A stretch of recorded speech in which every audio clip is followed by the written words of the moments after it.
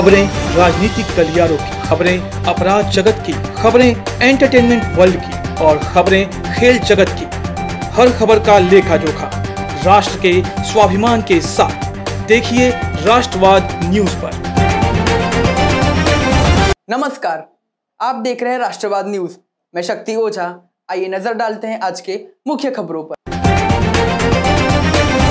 आज मीरा भाईंदर और वसई विरार शहर के लिए नए पुलिस आयुक्तालय का ई उद्घाटन महाराष्ट्र के मुख्यमंत्री उद्धव ठाकरे जी के हाथों से संपन्न हुआ। लंबे समय के इंतजार के बाद 1 अक्टूबर से मीरा भाईंदर और वसई विरार पुलिस आयुक्तालय का कामकाज शुरू हो गया है। आयुक्तालय के काम का उद्घाटन मुख्यमंत्री उद्धव ठाकरे ने किया। इस मौके पर गृह मंत्री अनिल देशमुख, मीरा भाईंदर के विधायक प्रताप सरनाइक और गीता जैन भी मौजूद थे। याद दिला दें कि मीरा भाईंदर में आयुक्तालय बने, इसके लिए शिवसेना विधायक प्रताप सरनाइक कई वर्षों से प्रयासरत थे। मौके पर खास तौर से मीरा भाईंदर और वसई विरार के सभी पुलिस अधिकारी जूम ऐप के जरिए कार्यक्रम से जुड़े हुए थे। नया पुलिस आयुक्तालय ठाणे ग्रामीण और पालघर पुलिस अधीक्षक के कार्यक्षेत्र को विभाजित करके बनाया गया है। इसमें दोनों शहरों के 13 थाने समाहित किए गए हैं, जबकि 7 नए थाने प्रस्तावित हैं।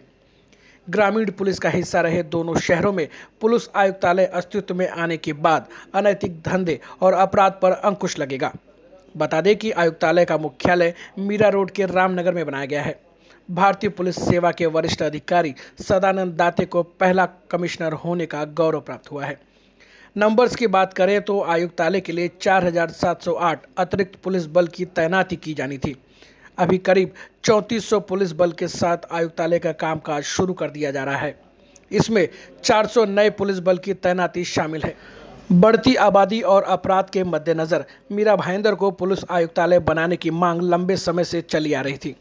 आर पाटिल जब गृह मंत्री थे तब मीरा भाईंदर और वसई विरार के कुछ थानों को मिलाकर सागरी पुलिस आयुक्तालय बनाने की बात चली थी।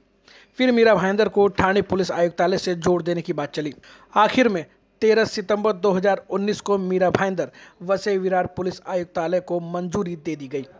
पुलिस आयुक्तालय में 3 जोन, 5 डीसीपी और 1 एडिशनल सीपी हैं। पुलिस आयुक्तालय अस्तित्व में आने के बाद पुलिस का अधिकार बढ़ गया है। नागरिकों को एसपी ऑफिस से संबंधित कामकाज के लिए अब ठाणे आने जाने से छुटकारा मिल गया है।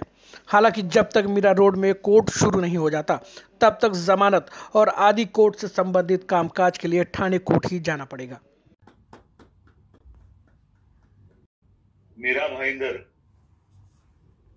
वसई विरार या पोलीस आयुक्तालयाचं आज आपण लोकार्पण केलेलं आहे आणि या कार्यक्रमाच्या निमित्ताने माझ्या समवेत उपस्थित असलेले महाराष्ट्र राज्याचे उपमुख्यमंत्री माननीय अजितदादा, तिन्ही गृहमंत्री आहेत, पालकमंत्री आहेत, एकूणच माझे मंत्रिमंडळातील सहकारी, तिथले सर्व खासदार, आमदार, लोकप्रतिनिधी, पोलीस अधिकारी।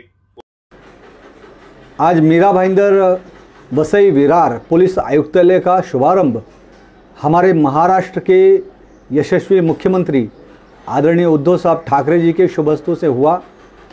वहाँ पर नवनियुक्त पुलिस आयुक्त श्री सदानंद दाते जी और यहाँ मीरा भाईंदर के जो वरिष्ठ विधायक हैं, शिवसेना के प्रताप सरनाइक जी, विधायिका गीता जैन और तमाम अलग अलग पुलिस प्रशासन के अधिकारी, राजनीतिक दलों के नेतागण, सारे लोग ई उद्घाटन में मौजूद थे। मैं सबसे पहले तो हमारे महाराष्ट्र के यशस्वी मुख्यमंत्री आदरणीय उद्धव साहब ठाकरे जी को बहुत बहुत हृदय से अभिनंदन करता हूँ, धन्यवाद व्यक्त करता हूँ कि उन्होंने आज मीरा भाईंदर शहर के लिए ये आयुक्तालय की शुरुआत की और यहाँ पर बिल्डिंग की भी शुरुआत हो गई, जिसके लिए हमारे यहाँ के शिवसेना के विधायक प्रताप सरनाइक जी पिछले कई वर्षों से लगातार प्रयासरत थे। आज उनकी मेहनत सफल हुई।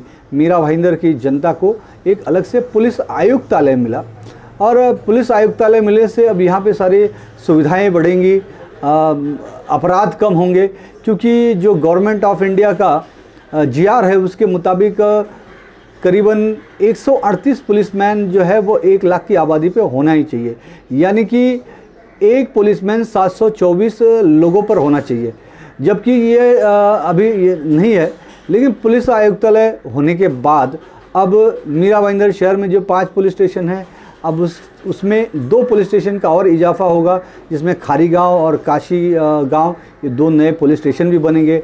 800 पुलिसमैन आयुक्तालय में पहले थे, अब वो संख्या बढ़कर 1200 हो जाएगी इस नए आयुक्तालय बनने के बाद।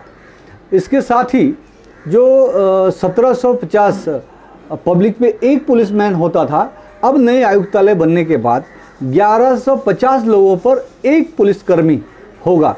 इसका जो बेनिफिट है वो मीरा भाईंदर की जनता को मिलेगा, क्योंकि इससे ज़्यादा पुलिस कर्मी बढ़ेंगे, पुलिस स्टेशन बढ़ेंगे, तो अपराध पे नियंत्रण हो सकेगा और मीरा भाईंदर की समस्त जनता को, 14 लाख जनता को ये सुख सुविधाएं मिलेंगी। इसके लिए मैं एक बार फिर से माननीय उद्धव साहब ठाकरे जी को और प्रताप सरनाईक जी जो हमारे विधायक हैं और सभी पुलिस दल के लोगों को मैं हृदय से बहुत बहुत अभिनंदन करता हूं और मीरा भाईंदर के शहर वासियों का भी मैं अभिनंदन करता हूं और उनको बधाई देता हूं।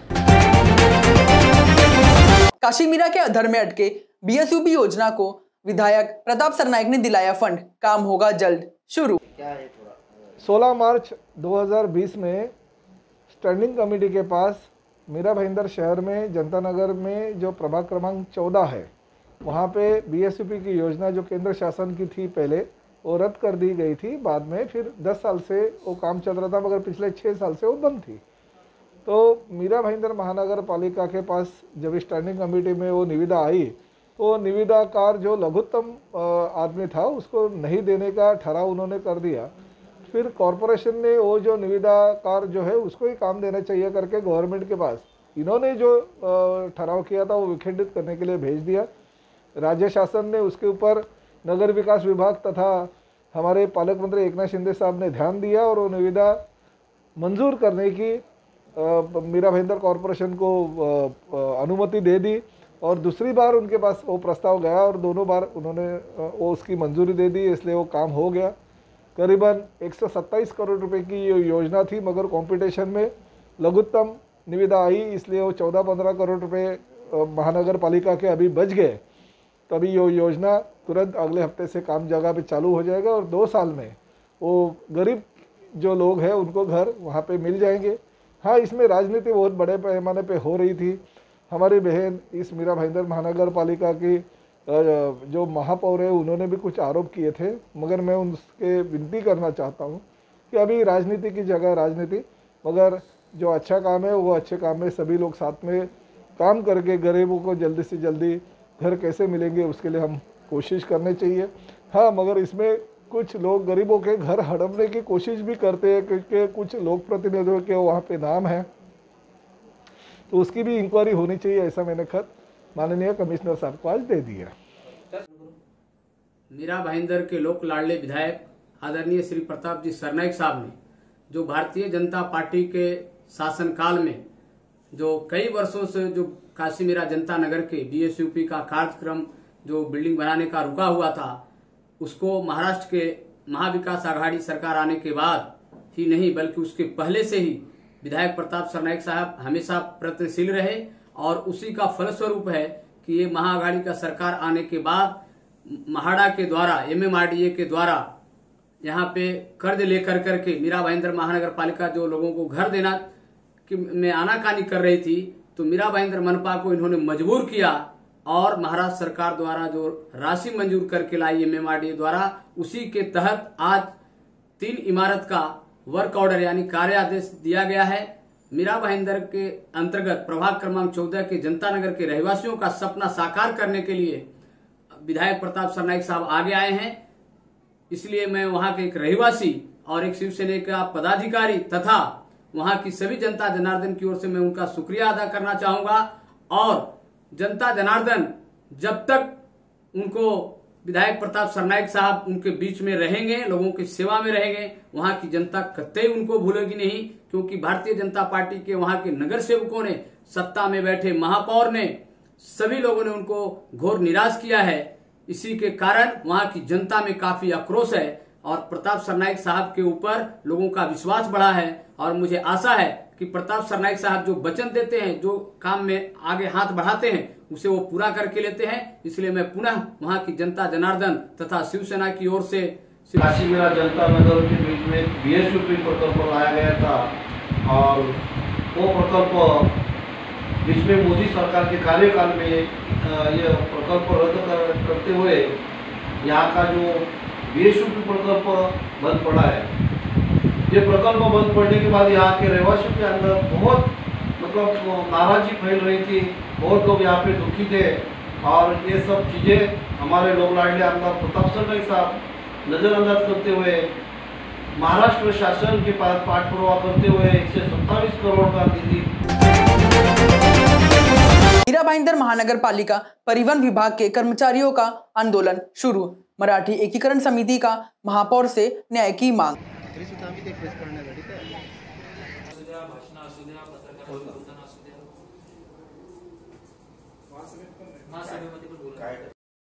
मराठी एकीकरण समिति के राष्ट्रीय अध्यक्ष, कार्याध्यक्ष और मीरा भाईंदर के शहर अध्यक्ष ने महापौर से मुलाकात कर कुछ मुद्दों पे चर्चा की है।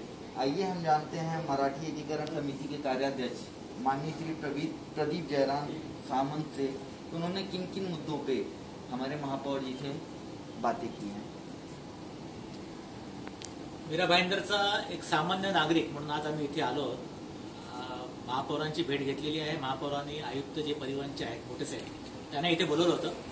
विषय होता महानगरपालिकेकडून परिवहन सेवा गेले कित्येक महिने परिवहन सेवा आपल्या शहरामध्ये बंद आहे आणि नुसती सेवाच बंद नाही तर त्या सेवेमध्ये असलेले जे कर्मचारी आहेत त्यांना रजा दिलेली नाहीये, त्यांना कामावरती बोलवलं जातं आणि त्यांना गेल्या 6 महिन्यामध्ये म्हणजे कोविडच्या या काळामध्ये त्यांना अजिबात पगार दिलेले नाहीत आणि ती जवळजवळ 400च्या आसपास कुटुंब आहेत जी खरोखर उपासमारीने त्रस्त आहेत, कारण त्यांना दुसरा कुठलाही मार्ग नाहीये।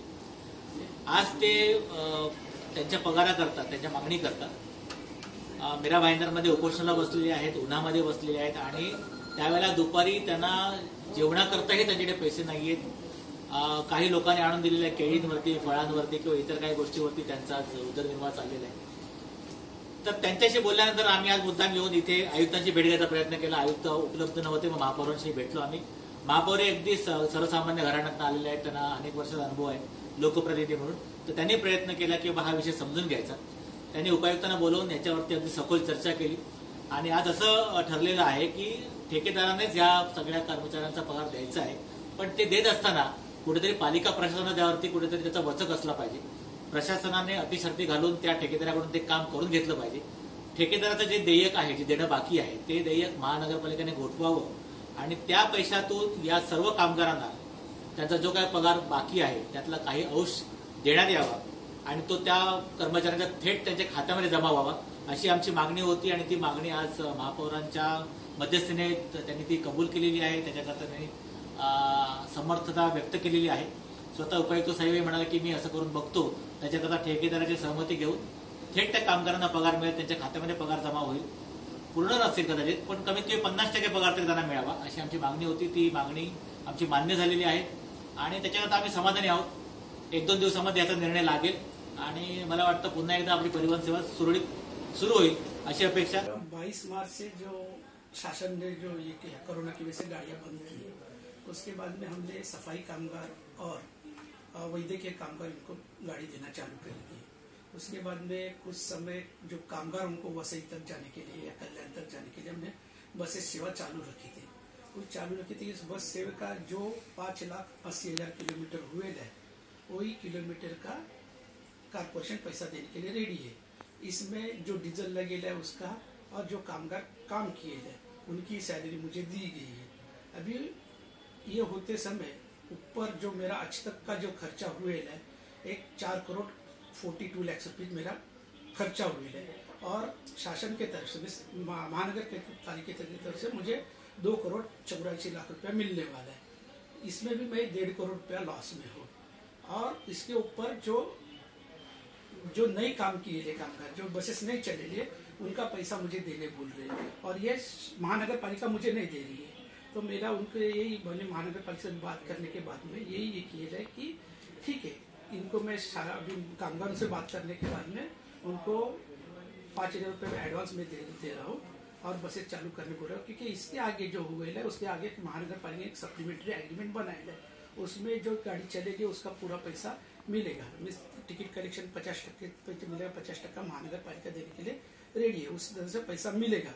लेकिन जो पिछला जो 6 महीना गेला उसका क्या, तो उसके लिए हमने महानगर पालिका से लिख के लिए गए कि हम शासन के पास या न्याय विभाग के पास जाएंगे और उसका जो रीइंबर्समेंट मिलेगा वो 100% रीइंबर्समेंट हम कामगारों को देने के लिए तैयार है, ये हमारी कहना है। आज मराठी एकीकरण समिती यांची बैठक माझ्या दालनामध्ये झाली आहे आणि त्यांनी परिवहनचे जे आपले कामगार आहेत, बसचे जे कामगार आहेत, कंडक्टर आहेत, ते उपोषणासाठी आपल्या नेताजी सुभाषचंद्र बोस मैदानावरती बसलेले आहेत, त्यांची भेट घेतली आणि माझ्या दालनामध्ये ते इथे आलेले आहेत की हा विषय कुठल्याही परिस्थितीमध्ये हा शहराचा विषय आहे, परिवहन सेवा ही शहराची आहे आणि हे कामगार सुद्धा आपल्या शहराचा एक भाग आहे, तेव्हा त्यांचे प्रश्न हे आपल्या माध्यमातून सुटले पाहिजेत। तशा पद्धतीने हा प्रश्न सुटवण्याकरिता आज या ठिकाणी परिवहनचे उपायुक्त श्री मुठे साहेब यांना मी या ठिकाणी बोलवलं आणि या कामगारांचा प्रश्न ठेकेदारामार्फत कुठल्याही परिस्थितीमध्ये मार्गी लावा आणि त्यांची जे पेमेंट बाकी आहे, पगार बाकी आहे, ते देण्यात यावे। याकरिता ठेकेदारांचं जे देय आहे त्या देयामधून त्या कामगारांना पगार देण्यात यावा आणि त्यांचा जो हा पेमेंटचा जो प्रश्न आहे तो सोडवावा। तसेच मीरा भाईंदर शहरातील परिवहन सेवा जी इतक्या दिवसापासून बंद आहे ती तातडीने सुरू करण्यात यावी, जेणेकरून शहरातील इतर नागरिकांना या सेवेचा लाभ घेण्यात येईल आणि जनतेमध्ये नेहमीप्रमाणे सुरळीतप्रमाणे प्रवास सेवा सुरू राहील, असे आदेश आज उपायुक्तांना मी दिलेले आहेत। प्राइवेट स्कूलों में शिक्षा अधिनियम लागू करने के लिए फाइट फॉर राइट के राजू विश्वकर्मा बैठे भूख हड़ताल पर। ये हम बात करते हैं उनसे कि उनकी क्या मांगे हैं, जो वो गरीब बच्चों के लिए जो भूख हड़ताल पे बैठे हैं उनकी क्या क्या मांगे हैं सरकार से, उसके लिए हम बात करते हैं। मैं पहला तो आपका बहुत बहुत धन्यवाद मानूंगा राष्ट्रवाद न्यूज़ चैनल का जो यहाँ पर आए। मेरी मांगे तो ये है सर, मैं यहाँ 3 दिन से बैठा हूँ, मैं आप 10 दिन भी बैठने को शक्ति रखता हूँ, भगवान के माता के पास लोगों के हित के लिए, लोगों को दुआ मेरे साथ। आज 3रा दिन सफलता भूख हड़ताल पे हुई जल पर, और मेरी मांगे ये हैं कि जो महामारी के टाइम सब पालक घर में बैठे हुए 3-6 महीने से घर में बैठे हुए, अभी ट्रेन चालू नहीं है, बस चालू है तो लोग जा नहीं पाते, बहुत लोग जा नहीं पा रहे, घर बैठे खर्चा चला रहे, खाने के इनकी लालचे पड़ गए, वांदे बढ़ गए बेचारे, यहाँ दोस्ती यानी में लोग उधार लेके घर चला रहे, राशन वाला उनको उधार दे रहा है और राशन वाला का दिल बड़ा है, पर ये विद्यालय चलाने वाला दिल बड़ा नहीं है। आज बताइए कितने विद्यार्थी है 5 साल से, 6 साल से, 7 साल से, 8 साल से उसी विद्यालय में पढ़ रहे हैं। क्या वो विद्यालयों के चेयरमैन और प्रिंसिपल को ध्यान नहीं रखता कि ये बच्चा मेरे 10 साल से मेरे स्कूल पढ़ रहा है, 5 साल से मेरे विद्यालय में पढ़ रहा है। इस महामारी में लोग इतनी बड़ी बड़ी मदद कर रहे हैं कि हम उनको मदद नहीं कर सकते? क्या वो 6-7 महीने की फीस माफ नहीं कर सकते? पर उनको धंधा करना है, शिक्षण के नाम पर भ्रष्टाचार और कमाई। और मैं यहाँ मांगे ये लेके बैठा हूँ। पहली मांग तो फीस को लेकर, ऑनलाइन पढ़ाई हो रही है तो ऑनलाइन पढ़ाई हो रही है तो ऑनलाइन का फीस दें। अब रही बात, बहुत सारे ऐप बंद है, पेरेंट्स जो फीस नहीं बढ़ी है भरे हैं उनका ऐप बंद है, तो भाई किस बार का फीस दे वो। दूसरी बात, टर्म फीस, मिस्ट्रेस फीस, ये फीस, जिम फीस, वो फीस, दुनिया भर की फीस मांग रहे। उसका हमारे बच्चे फायदा उपयोग कर रहे हैं क्या? उस फीस की उपयोग हो रहा है क्या? जब महामारी है, ऑनलाइन पढ़ाई हो रही तो ऑनलाइन फीस लेना चाहिए। और आयुक्त साहब लिख के दे रहे, लिख के दे रहे कि प्रत्येक शाला बंद है, तो शाला बंद है, स्कूल अगर बंद है तो भाई फीस कौन ले रहा है? पहली बात तो मेरा प्रश्न ये है। और दूसरी प्रश्न ये है, फीस दे रहा है तो आपके पत्र का जवाब क्यों नहीं, उसको नोटिस क्यों नहीं कर रहे आप? मीरा भाईंदर महानगर पालिका ये विषय को लेकर हर स्कूल को नोटिस देना चाहिए कि उनकी मौलिक अधिकार है। आयुक्त को पावर दिया गया अधिनियम 2009 का, आयुक्त को यह पता नहीं है कि मेरा पावर क्या है। ये पावर अधिनियम 2009 में यानी कि राइट टू एजुकेशन एक्ट 2009 में पूरा पावर दिया गया है आयुक्त को उन विद्यालयों पर, प्राइवेट विद्यालयों पर कार्रवाई कर सके।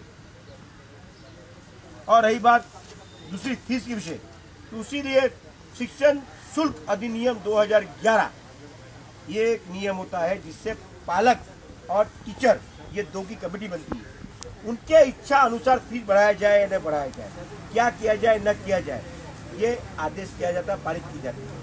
पर आज मीरा भाईंदर शहर में हर स्कूल, आज 2012 खत्म हो गया, 2013 आ गया तो फीस बढ़ गया, 2019 का 2020 का फीस बढ़ गया। हर साल बगैर पेरेंट्स टीचर की अनुमति द्वारा बगैर उनकी अनुमति लिए बगैर फीस बढ़ा दिया जाता है। मेरी यही मांग है आयुक्त से कि हर स्कूल को नोटिस इशू करें। सबसे बड़ी स्कूल है RKB के, जिन्होंने ये मीरा भाईंदर शहर में वातावरण खराब किया, उनको पुनः मान्यता किस आधार पर दिया जाता है? अधिनियम 2009 के आधार पर दिया जाता है। तो पुनः मान्यता दी जाती तो उनको अधिनियम का पालन क्यों नहीं करते हो? अधिनियम 2009 में धारा 17 कहता है किसी व्यक्ति को, किसी बच्चे को मानसिक तनाव या शोषण किया जाता है तो धारा 17 लगता है, उस पर FIR लॉन्च करना चाहिए। ये सब अधिनियम 2009 में आयुक्त को पूरा पावर दिया गया है कार्य करने का। अगर आयुक्त कहते हैं मेरा पावर नहीं तो मुझसे पूछे, मैं उनको पेपर दूंगा, कागज दूंगा, आपका पावर है या नहीं। मेरे पास सब पढ़ा हुआ है, यहाँ सब अधिनियम लेके बैठा हूँ मैं। यह अधिनियम 2009, यह अधिनियम 2011 और इसके पहले भूख हड़ताल बैठा था मैं, इसमें पांडे मैडम ने मुझे लिख के दिया कि मैं दूसरे दिन से स्कूलों पे कार्रवाई करना शुरू करती हूँ, उन्होंने वो भी नहीं किया, इसलिए मुझे इस विषय को लेकर भूख हड़ताल बैठना पड़ा।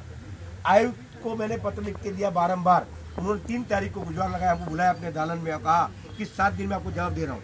आज 3 तारीख से 30 तारीख हो गया, 27 दिन हो गए सर। 27 दिन में आयुक्त ने एक बार भी हमसे नहीं पूछा कि विश्वकर्मा जी आपने जो मुद्दा बोला था वो मुद्दे पर हमने कार्य किया, ना ही कोई पत्र का जवाब दिया।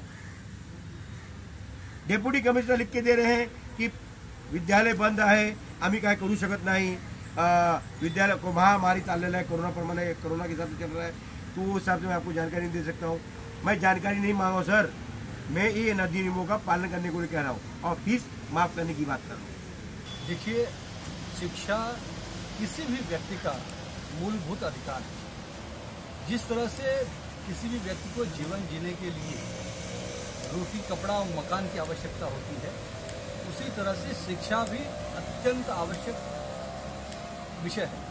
क्योंकि व्यक्ति अगर शिक्षित नहीं होगा तो समाज शिक्षित नहीं होगा, और जब समाज शिक्षित नहीं होगा तो समाज में, देश में अराजकता फैलेगी। इसके लिए शिक्षा की अत्यंत आवश्यकता है। और हमारे देश की तो प्राचीन ऋषियों के ज़माने से ये परंपरा है कि सही शिक्षा लोगों को मिले, ये उनका मूलभूत अधिकार है।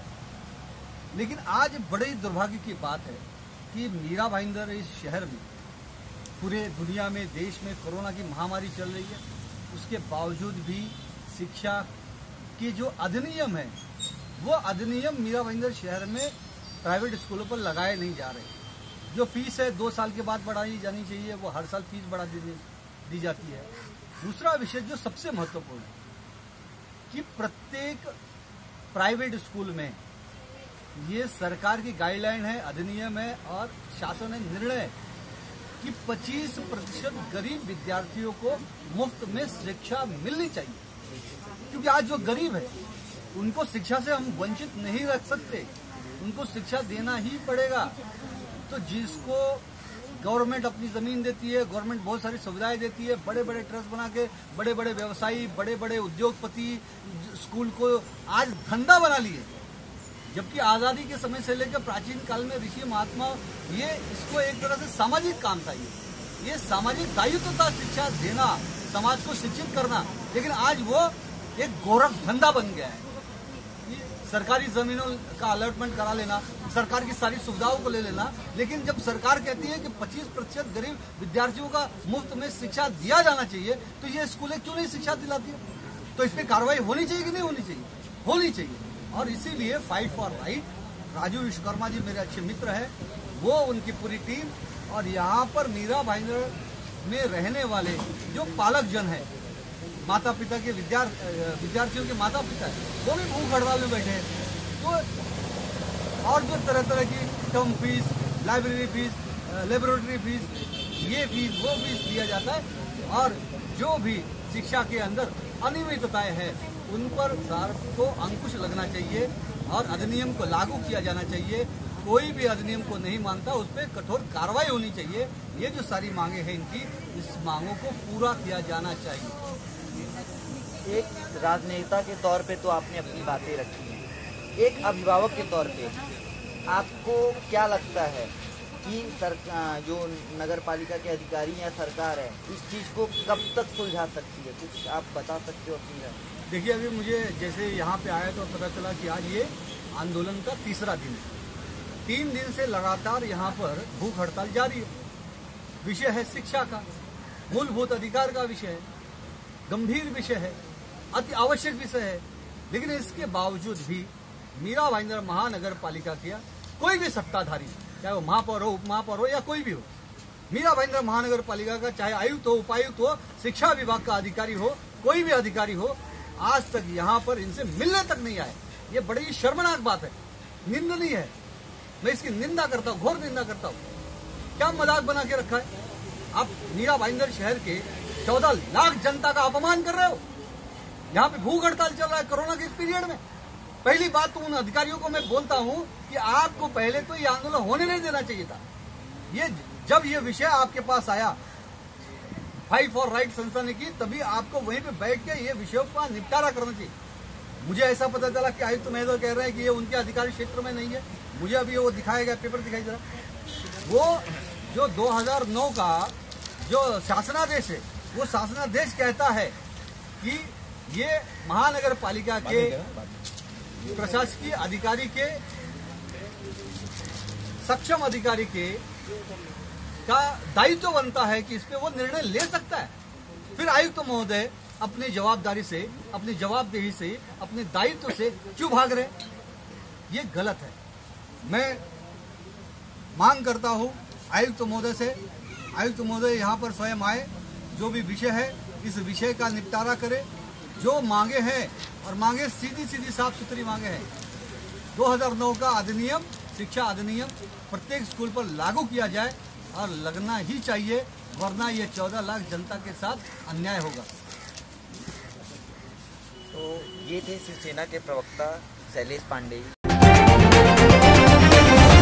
प्रभाग क्रमांक 10 में पानी की कमी की समस्या के लिए नगर सेविका स्नेहा शैलेश पांडे ने दी आंदोलन की चेतावनी। काफी दिनों से, पिछले करीब 15-20 दिनों से पूरे शहर में, मीरा भाईंदर शहर में पानी की बहुत बड़ी तकलीफ चल रही है, किल्लत चल रही है, जिसकी वजह से मेरे पास बहुत सारे कंप्लेन आए। और मैं भी इसी शहर में रहती हूँ, इसलिए मेरे भी बिल्डिंग में, मेरे भी कॉम्प्लेक्स में पानी की समस्या बहुत विकट हो चुकी है। 3-3 दिन पानी नहीं आ रहा है बिल्डिंगों में।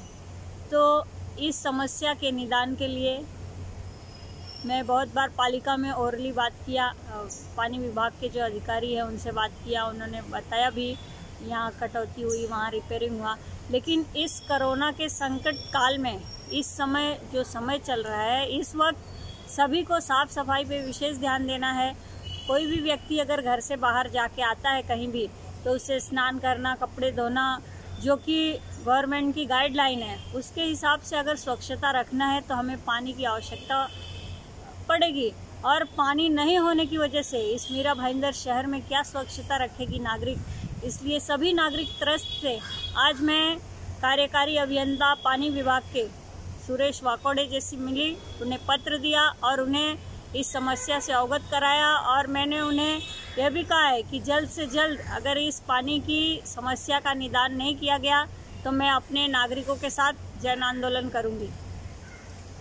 मीरा भाईंदर महानगर पालिका के विरोधी पक्ष नेता प्रवीण पाटिल के इस केबिन के अंदर हमने जो पानी विभाग के अभियंता हैं उनको बुलाकर हमारी शिवसेना के नगर सेवकों ने बैठक ली। विशेष तौर से प्रभाग क्रमांक 10 में जो पानी की कमी की समस्या है, जिसके लिए हमारी नगर सेविका स्नेहा पांडे ने, मैंने स्वयं कमिश्नर साहब को भी, पानी विभाग के अभियंता सुरेश वाकोड़े को पर्सनली मिलकर पत्र दिया, आंदोलन का पत्र दिया। इसके बावजूद भी पानी समस्या का समाधान नहीं हो रहा है। ये आखिरी चेतावनी है मीरा भाईंदर महानगर पालिका को कि अगर 5 दिन के अंदर पानी अगर सही ढंग से नहीं आया तो हम महानगर पालिका पर मोर्चा लेकर आएंगे, महानगर पालिका पे आंदोलन करेंगे। और हमारी जनता त्रस्त है, हम क्या जवाब दें? जनता हमारे कार्यालय पे आती है, कहती है कि पानी नहीं है, पानी नहीं है। लोग पानी के बिना मर रहे। एक तरफ तो कोरोना के संकट से लोग जूझ रहे, मर रहे, दूसरी तरफ से ये पानी का संकट ये जानबूझ के किया गया है या क्या समस्या है, ये महानगर पालिका जल्द से जल्द अगर इसको सुलझाएगी नहीं तो हम मीरा भाईंदर महानगर पालिका के सत्ताधारी भाजपा और मीरा भाईंदर महानगर पालिका के खिलाफ एक विशाल मोर्चा हम जल्द से जल्द लेकर आएंगे। लेकिन हमारी जनता को पानी की समस्या के समाधान को सुलझाए बिना हम चुप नहीं बैठेंगे। न्यू गोल्डन नेस्ट में नगर सेविका स्नेहा शैलेश पांडे के नगर सेवक निधि से गटर दुरुस्तीकरण का विकास कार्य।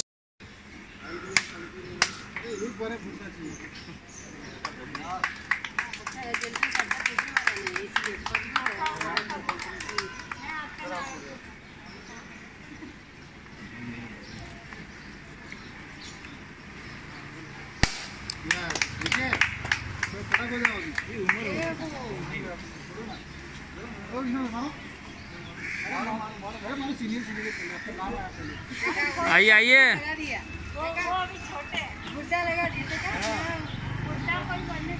हो गए तो समझ लो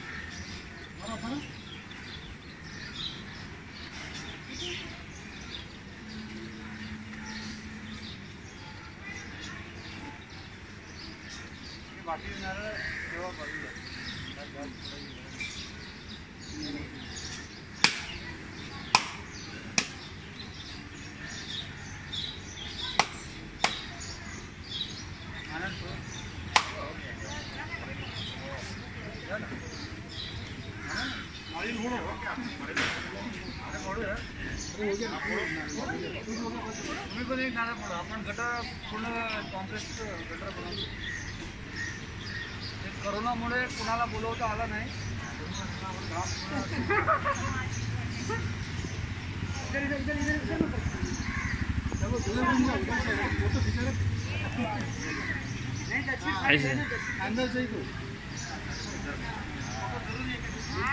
कोरोनाच्या नावाने सांग झालं.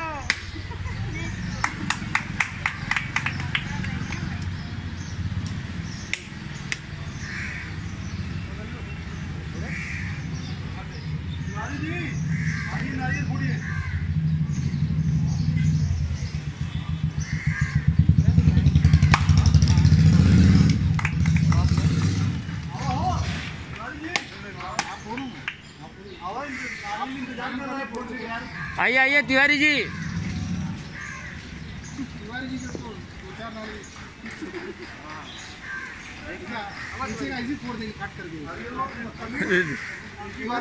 हाँ तिवारी जी जूता उतारना पड़ेगा.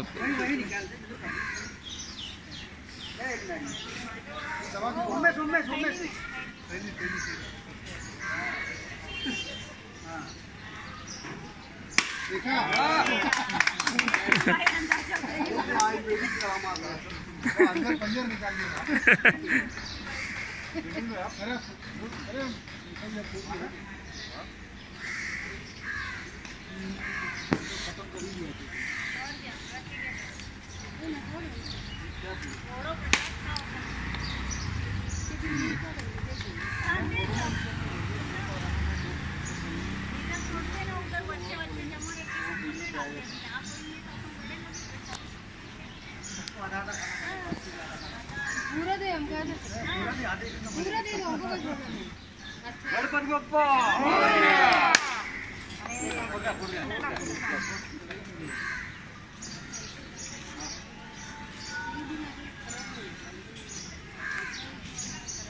ये थी आज की खास खबरें.